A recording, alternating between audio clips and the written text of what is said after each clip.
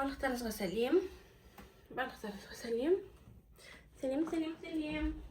Барлықтарыңызға сәлем. Менде жүктіліктің 39 аптасы және де біз бүгін сумка картонға обзор жасаймыз. Менде 3-ші жүктілік және 3-ші босану. Сондықтан да ең қажетті заттарды алдым. Менімен бірге тамашалаймыздар.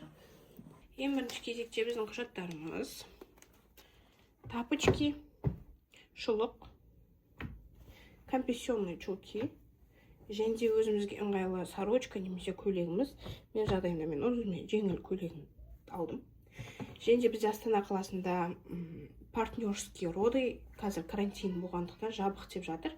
Бірақ сонда да серіктің, яғни қасыма кірейтін серігімнің киімдерін дайындап қойдым. Вдруг рұқсат беріп қалады деген сияқты. Тегін отделенияда босанамыз. Ересектерге арналған жайлықтар,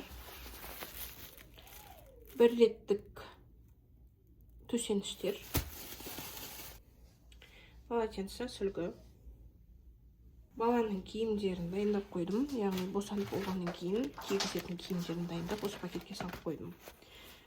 Памперс, бас киім, носки, ползунки, кофта, трапкасы және де пеленкасы.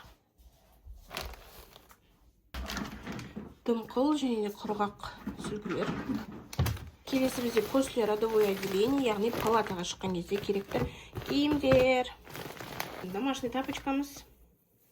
Үш киімдерімді бөлек осы пакетке салып дайындап қойдым. Ыңғайлы болу үшін өзіме табылған құрғақ сүлгі.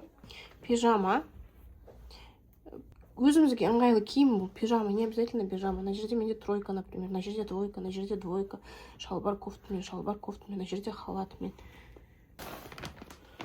Плед және де махровый халат. Мен босанып болғаннан кейін қатты жаураймын, сондықтан да халатты алып алдым. Келесі кезекте баланың киіміне келетін болсақ, мен баланың киімдерін осылай 4 бөлікке бөліп жинап дайындап қойдым. Яғни бұл жерде осылай 4 бөлікке бөлінеді. Сіздерге көрсетейін, чтобы сіздерде осылай ыңғайлы етіп жиналсаңыздар болады. Мынау төртіншісі. Баланың киімі. Носки, бас киімі және де ішіне кигізетін майкасы. Осылай комплект қылып жинап қоясыздар. Өздеріңізге ыңғайлы болады сол кезде. 3 пеленка. Бір реттік пеленкадан осындай упаковка. Бір упаковкасы родзалға кетті, екіншісі после родовойға. Осмотрға бірдеңе екенін кезде керек болады. Келесі бізде жеке гигиенамыздың заттары. Баланың жаялығы, бұл жерде мен бір штугын алып родзалға дайындап қойдым. Бала босанғаннан кейін киіндіруге. Урологический прокладки. Және де біздің жеке гигиенамыздың заттары. Бұл жерде мен вкладыши для груди жартысын алдым, жартысын үйге тастап кеттім. Роддомда көп ұстамайды ғой, если бәрі жақсы болып жатса, сразу шығарып жібереді 2-3 күннен кейін. Сондықтан да көп ала берудің, коробкасымен алудың қажетті жоқ деп ойлаймын. Өзіме ыңғайлы етіп осылай алдым. Сұйық сабын, крем, присыпка, крем для лица, бальзам для губ, қатты сабын, прокладки.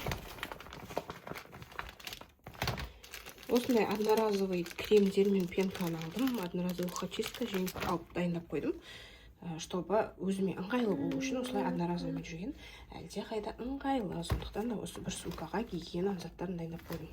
Келесі бізде толғақ кезінде жеңіл босану үшін мен өзіме осындай зам-зам су алдырдым. Малина жапырақтары, таңқурайдың жапырақтары. Мен бірінші баламның босанған кезде, осыны ішкен кезде жеңіл босанды. Осының арқасында ма, или білмеймін, әйтеуір жеңіл босанғаным бар. Және де кафнарям шөбін алдым. Бұны отзывтар жақсы болған кейін алдым. Бірінші рет ішіп көрейін деп жатырмын. Міндетті түрде отзыв қалдыратын боламын. Если бәрі жақсы әсер етіп жатып, оңай жеңіл босануымды Аллах нәсіп етсін, және сіздермен бөлісетін боламын. Осымен біздің обзор сумка в роддом бітті. Босану ай күні жақындап жатқан жүкті жандар жеңіл, дені сау, оңай босануды сіздерге нәсіп етсін. Және де балалы бола алмай жүргендер міндетті түрде осы жылдан қалмай балалы болу сіздерге бұйырсын. барлықтарыңызға сау болыңыздар. Міндетті түрде каналға жазылып лайк басуды ұмытпаңыздар.